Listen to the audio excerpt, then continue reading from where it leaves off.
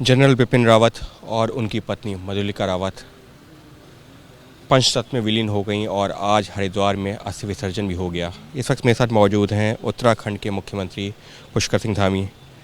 धामी साहब, आज भी जनरल साहब आए तो, लेकिन उनकी अस्थियां आईं। अगर वो जीवित होते तो आज तो उनका कार्यक्रम था, आप भी उस कार्यक्रम में जो है वहाँ पर पहुँचने वाले थे, लेकिन वो खुद नहीं आ पाए।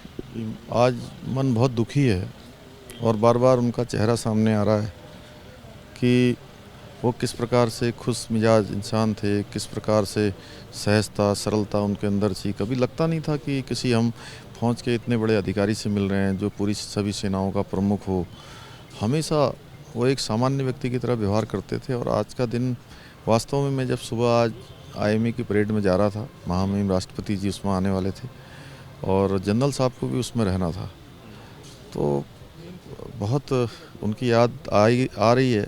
लेकिन हम लोग हमेशा, जनरल साहब वैसे ही भले हमारे बीच में सशरीर न हो, लेकिन वो हमारे दिलों में हमेशा ज़िंदा रहेंगे। इस माटी के लाल हैं और यहाँ के लिए उन्होंने बहुत सपने सोचे थे, बहुत सारे काम सोचे थे, बहुत लगाव था उनका यहाँ के लोगों से, यहाँ के सैनिकों से। उनके कल्याण के लिए लगातार वो योजनाएं बनाते थे।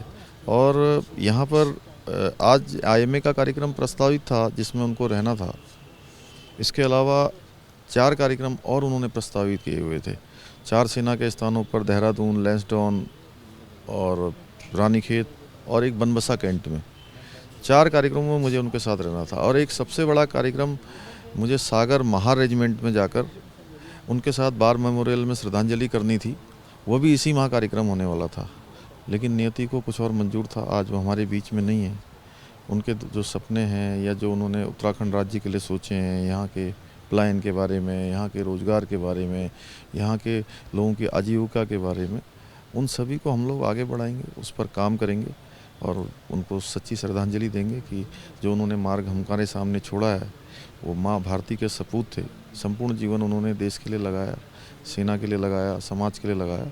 हम लोग उसको आगे बढ़ाएंगे। उनके चले जाने से बहुत कुछ अधूरा भी रह गया, लेकिन आप कह रहे हो कि उनको पूरा किया जाएगा जो उन्होंने जितनी भी चीज़ सोची हुई थी। निश्चित रूप से देखिए, उन्होंने उनके जो भी सपने थे, बहुत सारी चीज़ें उन्होंने सोची थी और हमारी बहुत अपूर्णीय क्षति हुई है।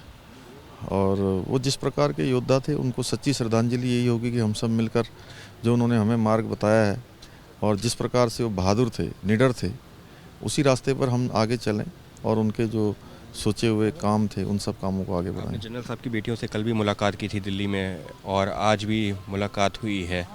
परिवार के लिए तो बहुत बड़ी क्षति है ही, देश के लिए भी बहुत बड़ी क्षति है। परिवार, बेटियां, मतलब शब्द नहीं है कि कैसे जो है क्या कुछ बात हो पाई है। उनको, उनके ज़हन में भी सवाल तो होगा ना, अचानक ये सब कैसे।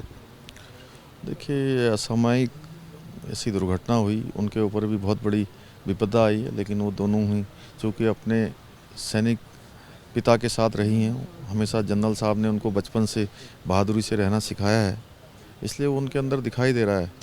और हमारी बहनें हैं, हमें पूरा उत्तराखंड उनके साथ खड़ा है, हम सब लोग उनके साथ खड़े हैं।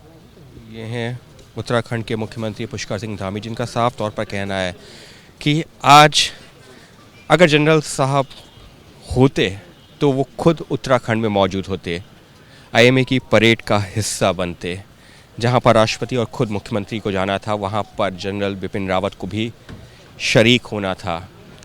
हालांकि आज भी जनरल साहब उत्तराखंड तो आए, लेकिन उनका शरीर नहीं था, उनकी अस्थियां थीं।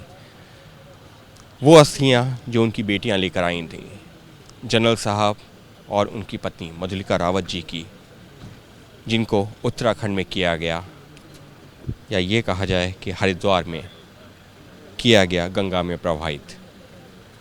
सहयोगी कैमरा पर्सन मनोज त्रिपाठी के साथ अंकित गुप्ता, एबीपी न्यूज़, हरिद्वार।